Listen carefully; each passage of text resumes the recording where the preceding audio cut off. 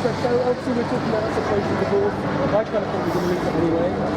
There was meant to be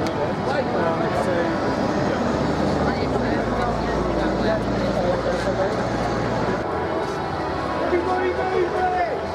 Quiet,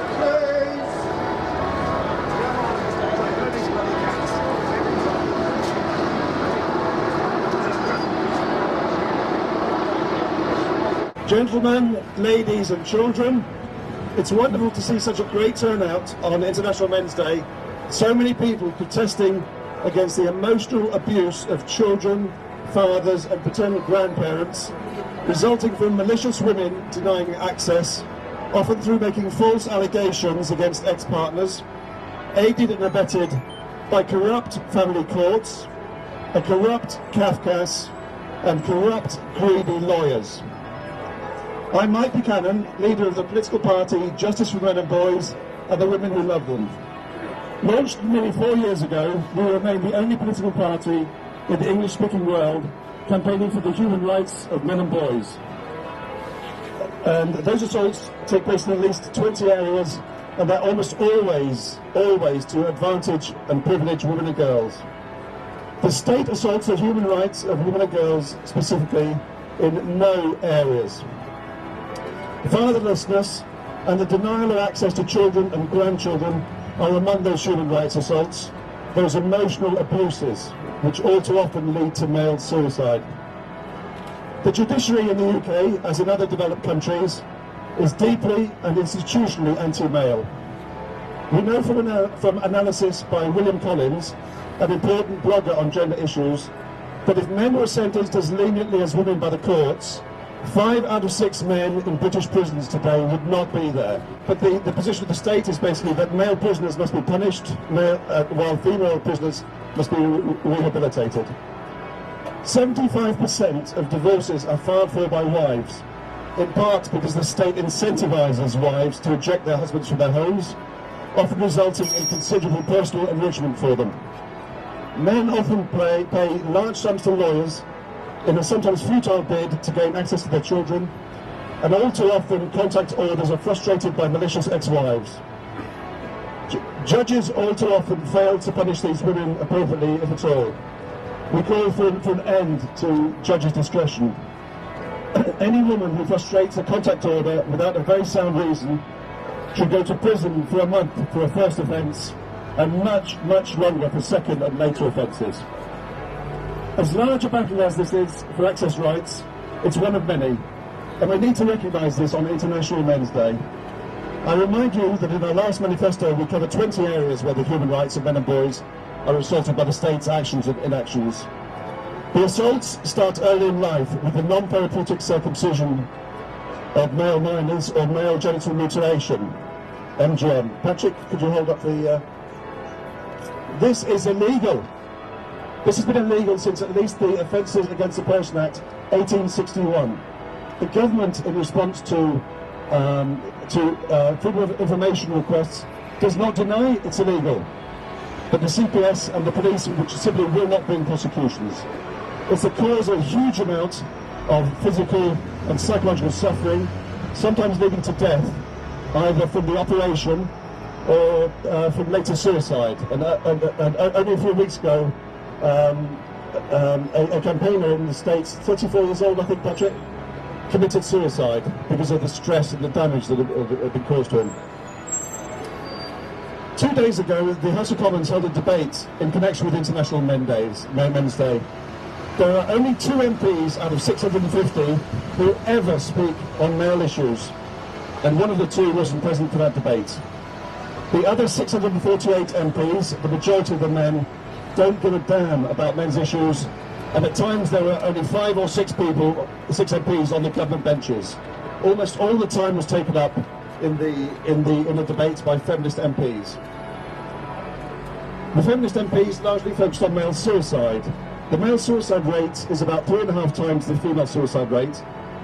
The women employ the usual feminist narrative that the high male suicide rate is mainly the result of men not talking about their problems. In other words, not acting like women typically would. Not one of them had seemingly asked themselves if men are maybe disinclined to talk because talking won't give them access to their kids. We'll sort out many, if not most of the problems that mainly affect men, and that talking could just reopen wounds. Shame on them all. But I must say to everyone here today who might be suicidal or might be in the future, that you should seek support and at the very least contact the Samaritans. I get very, very frustrated with people who complain that men's rights activists in general and fathers' rights campaigners in particular are angry people. Anger is a perfectly natural response to having your human rights assaulted. And we need to make politicians feel the heat of that anger through civil disobedience and in other ways. For those of you unable or unwilling to become activists, you can at least express a protest by ticking the right box on general election days. I am firmly of the view that a political solution is the most, possibly the only viable solution to the problem of access denial after family breakdowns. Senior politicians need to be held personally accountable for failing to resolve this crisis. My party plans to field a number of candidates at the 2020 general election, and I will personally be standing in Theresa May's Maidenhead constituency. My campaigning there will start with a focus on access denial the week before Christmas in 4 weeks' time. I plan to spend much, and possibly even most of my time in the next 3.5 years before the next general election campaigning in Maidenhead. Some of you who live in the area have already offered to support that campaign financially and in other ways, and I thank you. Let's make the voters in the Prime Minister's constituency acutely aware of the grievous pain caused by the human rights assaults on children, fathers and paternal grandparents over decades, and demand an end to those assaults sooner rather than later. Thank you. Thank you.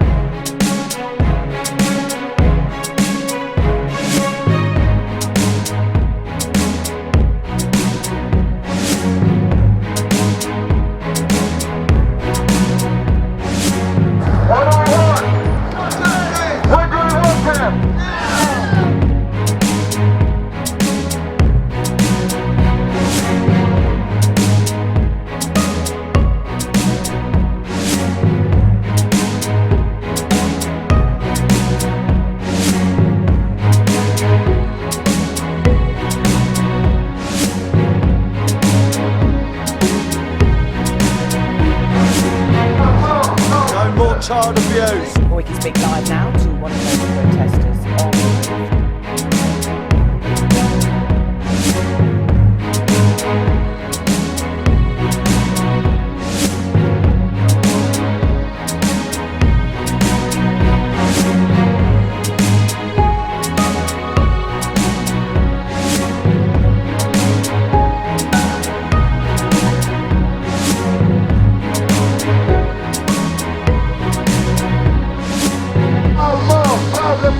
That's the secret.